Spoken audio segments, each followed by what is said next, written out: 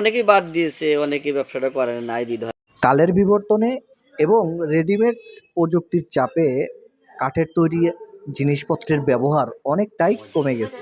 একসময় কাঠের তৈরি জিনিসের এতটাই ব্যবহার বেশি ছিল, কোনো একটা বাড়িতে কাঠের তৈরি জিনিসপত্র ছাড়া অন্য কিছু দেখাই যেত না।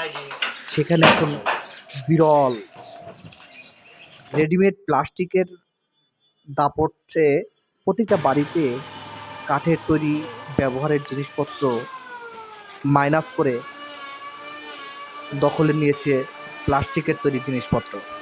কাঠের তৈরি জিনিসপত্রের সেই স্বর্ণযুগ আর ফিরে পাবো কিনা আমরা জানি না, কিন্তু আমাদের সমাজে কাঠের তৈরি জিনিসপত্রের ব্যবহারের যে আক্ষেপ সেটা বোধহয় থেকেই যাবে।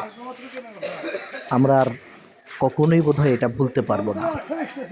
চলুন শুনি এর সাথে যুক্ত মানুষদের কথা। অবস্থা ভালো না, এখন কাঠের জিনিস খুবই কম চলে, চলাচলও খুব কম, মানুষ নেয় কম। তারপরে আমাদের জাতি ব্যবসা, বাপ কেলা ব্যবসা, ব্যবসা ধরে রাখছে, করতেই হয়, না করে উপায় নেই।